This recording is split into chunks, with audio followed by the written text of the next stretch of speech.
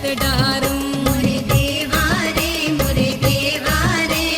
गणपति ना पूजन में तोरे अक्षत डारूं। पूजन में तोरे अक्षत डारूं देवा, पूजन में तोरे अक्षत डारूं। पूजन में तोरे अक्षत डारूं देवा, पूजन में तोरे अक्षत डारूं। सुत गौरा रे नाथों के नाम, पूजन में तोरे अक्षत डारूं। मोरे देवा रे गणपति ना पूजन में तोरे अक्षत डारूं।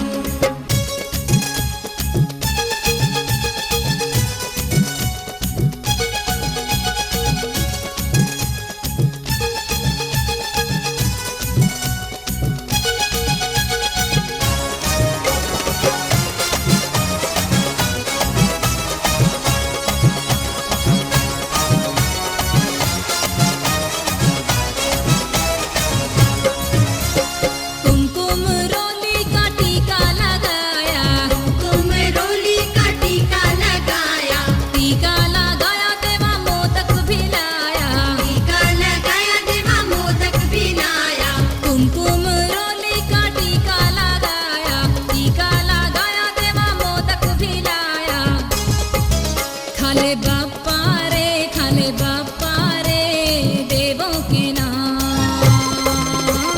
पूजन में तोरे मोदक डारूं। मोरे देवा रे गणपति ना पूजन में तोरे अक्षत डारूं।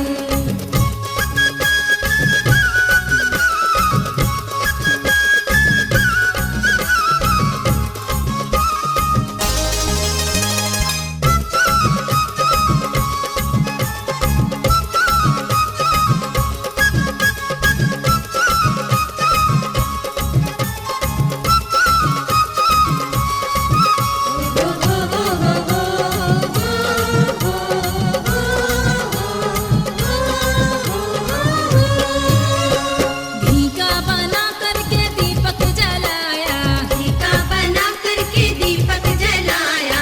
दीपक जला करके आरती गाया। दीपक जला करके आरती गाया।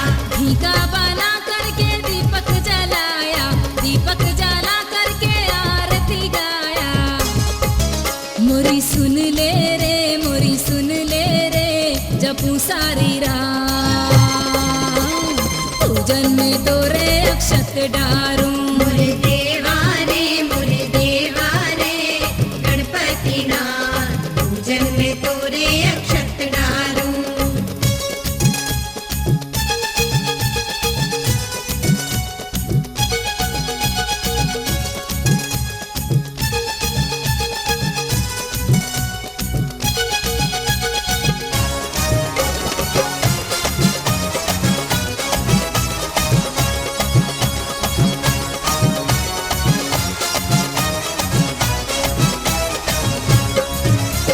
देवों को तूने संग्राम हराया, देवों को तूने संग्राम हराया। शिव के गणों को धूल चटाया। धूल चटाया देवा उनको भगाया।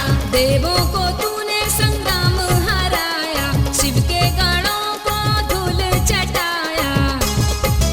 हे सुर राजा हे गण राजा रहना तू साथ, पूजन में तेरे अक्षत डारूं। मोरे